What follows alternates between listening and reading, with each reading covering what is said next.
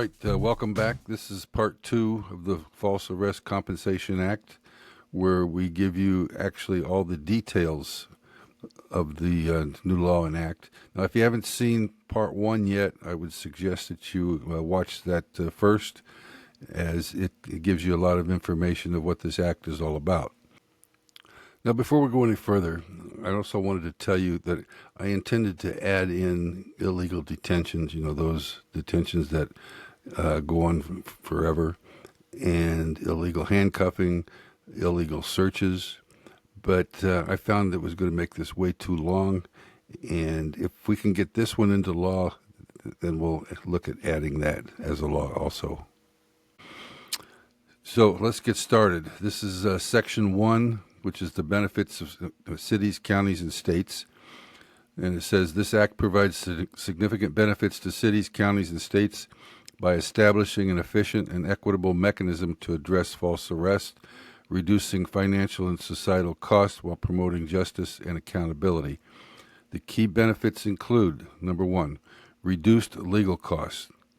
By offering a streamlined administrative process for compensation, the Act minimizes the need for costly litigation in state and federal courts, saving municipalities and states substantial legal fees associated with defending the false arrest lawsuits. Number 2, these are benefits to the cities, counties, and states, remember. Fewer lawsuits, the Act's compensation framework and waiver of litigation rights. That's right, if you are paid from this, you have to waive any further litigation rights, which discourages prolonged civil lawsuits, reducing the burden on judicial systems and freeing up resources for other public priorities. Number 3, improved public trust. And this is going to be a big one for the public. Providing prompt and fair compensation for false arrest demonstrates a commitment to justice, enhancing community trust in law enforcement and local government, which can lead to better community-police relations and reduced societal tensions. Number 4, enhanced law enforcement accountability, requiring agencies and officers to contribute to compensation, incentivizes adherence to legal standards, reducing instances of procedural errors, misconduct, or unjust arrest, which benefits public safety and institutional integrity. Now, this is a big part of this law, where officers and the departments are going to have to pay for part of the compensation to people who have been illegally or unjustly arrested. Number 5, economic efficiency. By resolving claims quickly through an independent board, the Act reduces the administrative and financial strain of prolonged legal battles, allowing governments to allocate resources more effectively. And the last one, risk mitigation.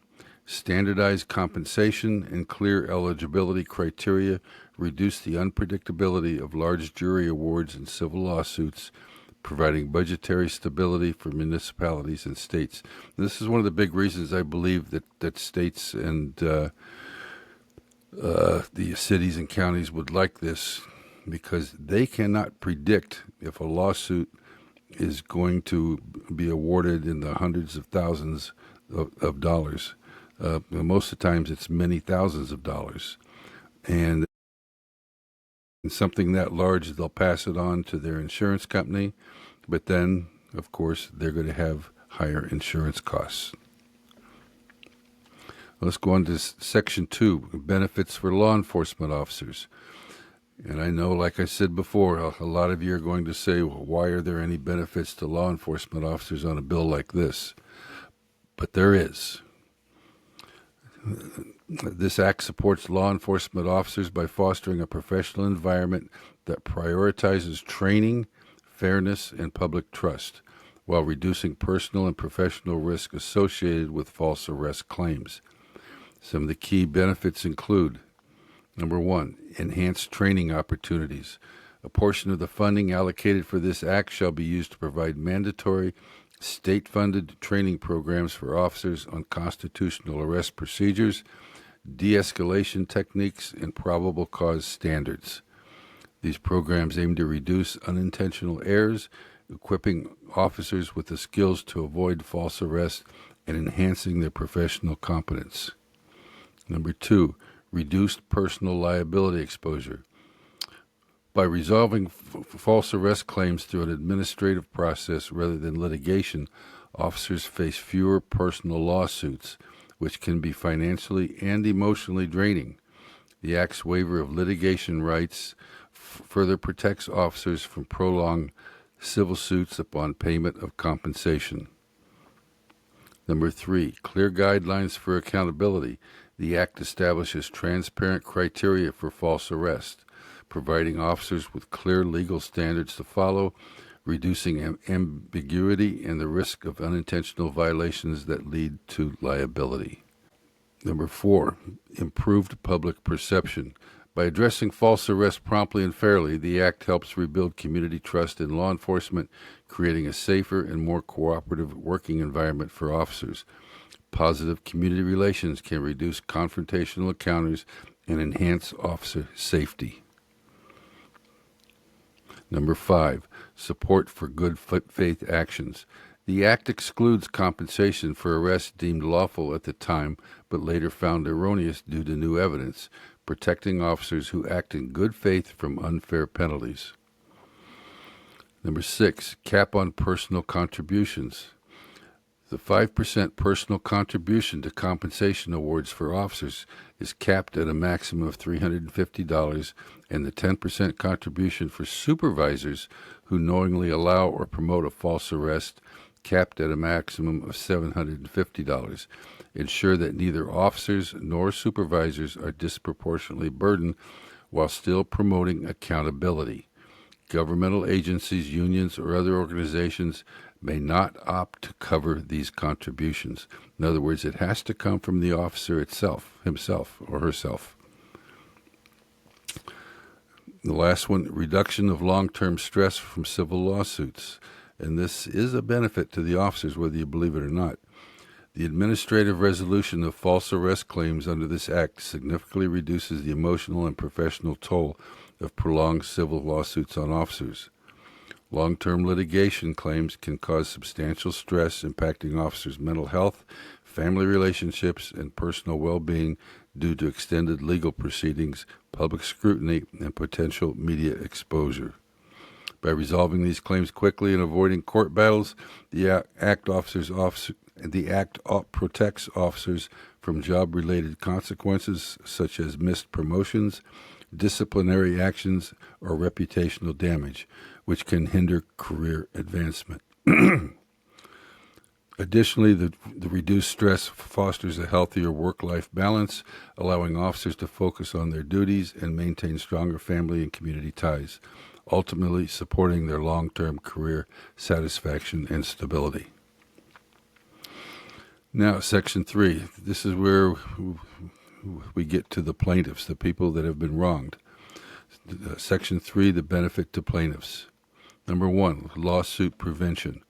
By using this method of reparations, plaintiffs can avoid having to file lawsuits to be compensated. Number 2, risk mitigation. It reduces the risk of plaintiffs' actions being dismissed or on technical or procedural grounds. And believe it or not, this is a biggie.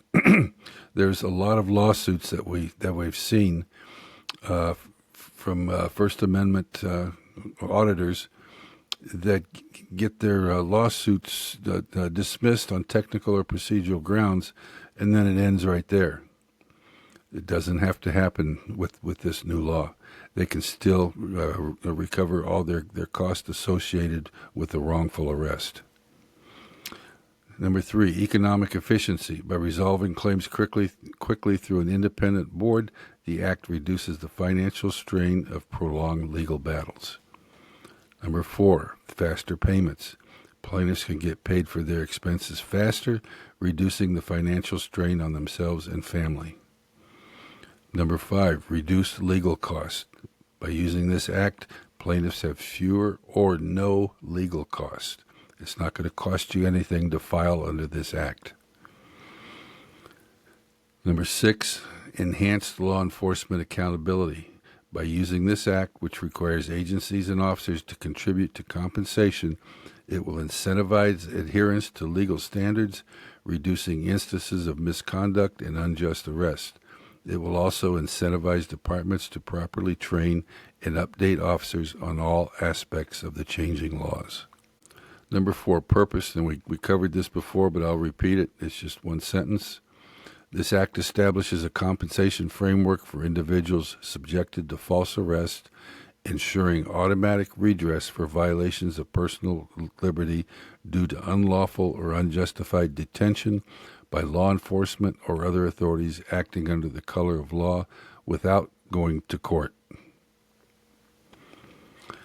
Number 5, we get into definitions of false arrest, and this is something that you're going to have to understand. For the purposes of this act, a false arrest is defined as the unlawful restraint or detention of an individual by a person acting under the color of legal authority without sufficient legal justification, in other words, without probable cause, resulting in a deprivation of liberty. A false arrest under this law occurs when one or more of the following circumstances occur. Number 1, no charges filed. The individual is arrested and detained, but released without any formal charges being brought against them. And we've seen this a lot of times with auditors, again, where they're arrested, taken to the station, they're held for a couple hours, and then released, and no charges are ever filed. The only thing they can do is file a lawsuit right now. Number 2, charges dropped by the prosecutor. Formal charges are filed but voluntarily dismissed by the prosecutor before trial due to insufficient evidence, procedural errors, or other reasons indicating the arrest lacked merit. In other words, usually the prosecutor will drop the charges if they don't find probable cause. Number 3, charges dismissed by a judge. A judge can dismiss all charges prior to trial, citing a lack of probable cause, insufficient evidence, or violations of the individual's legal rights during the arrest process. Now, let me get something clear here. If you're arrested and a judge drops the charges in court due to, say, a violation of individual's legal rights, it may not fall under this if there was probable cause for the officer to arrest you. Number 4, the lack of probable cause. The arrest was made without reasonable grounds to believe the individual committed a crime as determined by the local prosecutor or a court of law. 5, violations of procedural rights. The arrest involved detention without a warrant when required, or arrest based on invalid or fabricated evidence known to the officer. Number 6, mistaken identity. The individual was arrested due to an error in identifying them as the suspect with no reasonable basis for the mistake. Number 7, unlawful use of authority. The arresting officer or authority acted outside their legal jurisdiction or authority, rendering the arrest invalid. Malicious intent. The arrest was conducted with demonstrable malice or bad faith, such as targeting an individual for personal, discriminatory, or retaliatory reasons without legal justification. And we've seen this in several videos online where an officer will stop somebody, make them give ID or whatever, and then end up arresting them if a person doesn't go along with it. And it's usually it's a lot of time retaliatory reasons, because they gave him the finger or yelled at him or something like that. Number 6, eligibility for compensation. To be eligible for compensation, an individual must demonstrate they were subjected to a false arrest as defined in Section 4. The arrest resulted in a measurable deprivation of liberty, such as custody for a minimum durations or other significant impact. And the last one, the claim is filed within 90 days from the date of release or dismissal of charges. And this time frame may be extended due to some type of incapacity. we'll continue on with section 7 through 10 in our next podcast. Thank you, and we'll see you there.